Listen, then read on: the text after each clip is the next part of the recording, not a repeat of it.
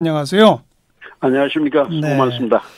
빗물 저류 배수 시설. 이게 국내에서는 처음 만들어진 거라고요? 이게 어떤 시설입니까? 처음이 아닙니다. 아니에요. 예, 대규모 터널식으로 대심도 터널이라고 그러는데, 중소규모는 많이 있어요. 지금 서울뿐만 아니고, 청주나 포항 같은 데도 다 있어요. 예. 이제 규모가 적을 뿐이지, 기본 예. 원리는 기능인 꼭 같습니다. 그러니까 대규모로 만들어진 건 이번이 처음이다. 그렇죠. 터널 형태로 해서, 우리가 이제 여러 해 전에 양천 쪽이 이제 침수가 많이 됐거든요. 예. 지표면에. 예. 이 침수되는 물을 일시적으로 땅 속으로 집어넣는 시설입니다. 비가 많이 올 때. 예, 비가 많이 올 때. 그걸 일시적으로 땅 속에 보관해 두는. 보관했다가 비가 끝나면은 바로 이제 하천으로 이제 퍼내고 또는 그 빗물을 이용도 합니다. 그렇겠죠. 예.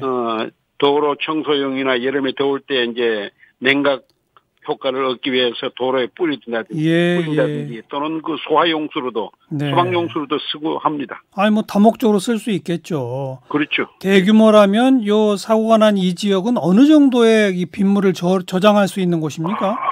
지금 이 길이가 약 4km 정도 되니까 뭐 톤수는 엄청나죠. 4km의 이 터널인데 그 내부 공간은 높이가 몇 미터 정도 되는 거예요? 한 12m인가 정도 되는 거 제가 정확한 수치는 기억을 못 하겠습니다만은 굉장히 깊습니다. 깊이가 또 한 평균 45m, 그러니까 깊은 데는 한 48m 이상 내려가죠. 깊은 땅 속에 높이 한 10m 이상의 큰 터널이 길이 한 4km. 이제 머릿속에 그림이 그려집니다. 거기에 가득 빗물을 저장할 수 있다 이 말이군요. 그렇죠. 저장했다가 비가 끝나면은 바로 이제 안양천으로 퍼넘깁니다. 그래가지고 서해로 빠져나가도록 한다. 그렇죠. 네. 지난 6월 30일 준공된 상태였고 아직 본격 가동되기 전이었던 모양이죠, 이 시설이? 그런 것 같습니다. 예, 그런 것 같습니다. 우리 교수님께서는 작년 11월 달에 이 지역 이 시설을 한참 건설하고 있을 때 막바지 점검차 직접 방문하셨다면서요? 우리 이제 수자원학회에서 이제 하수도를 전문으로 하시는 원로들이 현장 방문을 했죠. 그때 보시기에 어떠셨어요? 방문을 했는데 그날은 어떤 상황이었냐면 엘리베이터가 고장이 났어요. 아이고. 내려가는. 그래서 원로들은 못 내려가시고 저도 70이 넘었습니다만은 그래도 다리에 힘이 있어서 잠시 내려갔다 왔는데 그전에도 이제 가봤기 때문에 전체 상황은 이제 짐작을 하고 기억을 하고 있죠. 예. 이번 사고 소식 듣고 사고 원인이 추정되시던가요? 그건 안전 불감증이 핵심입니다. 왜냐하면 이게 이제 준공이 된 공식적으로는 준공이 됐고 사실은 준공이 됐다고 하는 것이 조금 어폐가 있어요. 시험을 해서 완전히 인수인계가 끝나야 양천구청으로 인수인계가 끝나야 준공이 되는 건데 그 전에 준공을 했다 그러니까 이게 말이 안 되는 얘기고요. 그리고 앞으로 이 시설을 이제 유지관리하는 기관이 바로 양천구청이잖아요.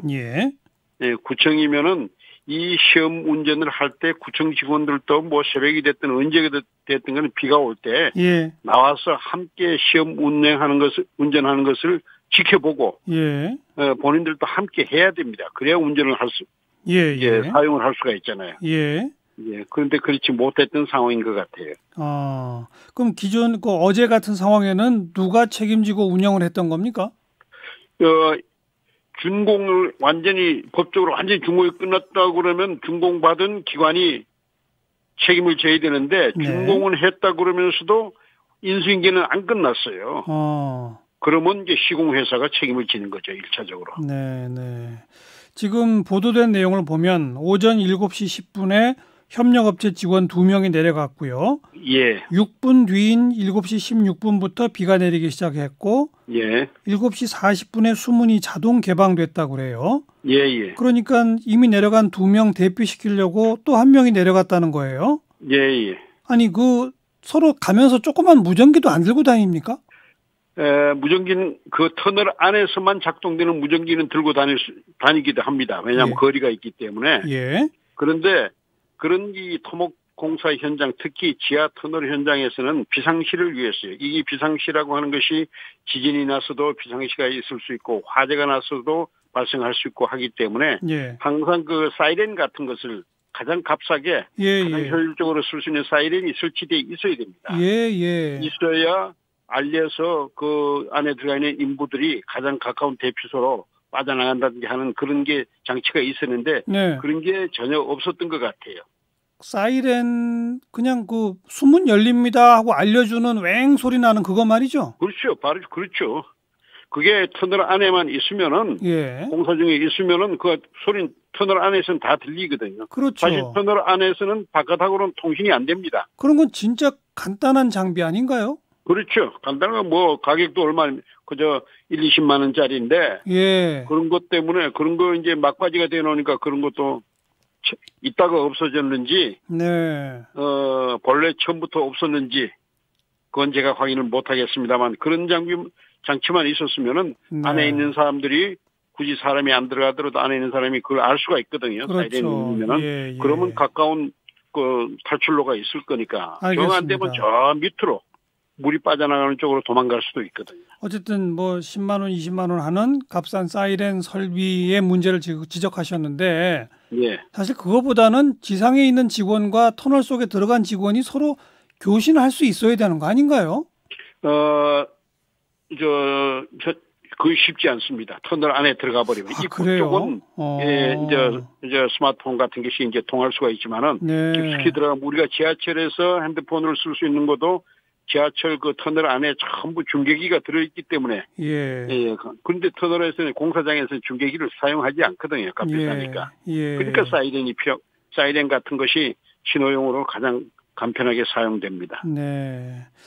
현장을 점검하기 위해서 뭘 점검하기 위한 건지 모르겠습니다만 2명의 직원이 내려갔고 그리고 좀 있다가 수문이 열려서 빗물이 쏟아져 들어왔다는 거 아닙니까? 터널에. 그렇죠. 근데 그 터널 안에서는 빗물이 쏟아져 들어오는 걸 느꼈을 때 어떻게 피할 장소나 무슨 장치 같은 게 또 전혀 없었을까요? 없습니다. 없어요? 이게 왕몽이 되면은 사람이 들어갈 게 언제 들어가냐면 빗물을 다 뺀 다음에 토사가 가라앉을 것 상태가 되면은 그 청소하러 가기 위해서 들어가는 경우밖에 없기 때문에 평상시엔 들어갈 필요가 없거든요. 그래서 이 사람들이 아마 짐작컨대 물이 들어오면은 저 하류 쪽으로 그 펌프장 있는 쪽으로 도망을 가려고 했을 겁니다만 길이가 4km입니다. 아무리 빨리 뛰어도 물보다 빨리 뛸 수는 없거든요. 그렇죠. 그러니까 한마디로 수문이 열릴 상황이면 누구라도 그 안에 들어가 있으면 안 되는 거죠. 안 되죠.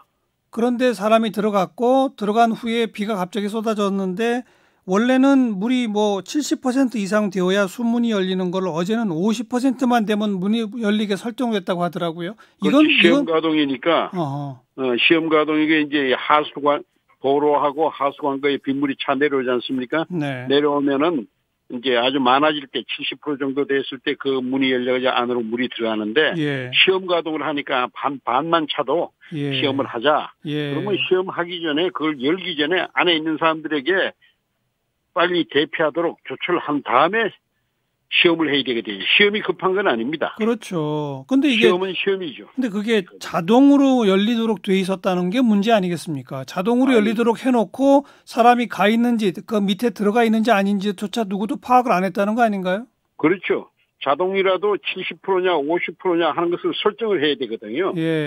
그러면 50%로 낮췄으면은 낮춘 조건에 따라서 안에 있는 사람들을 빨리 철수해 내야죠.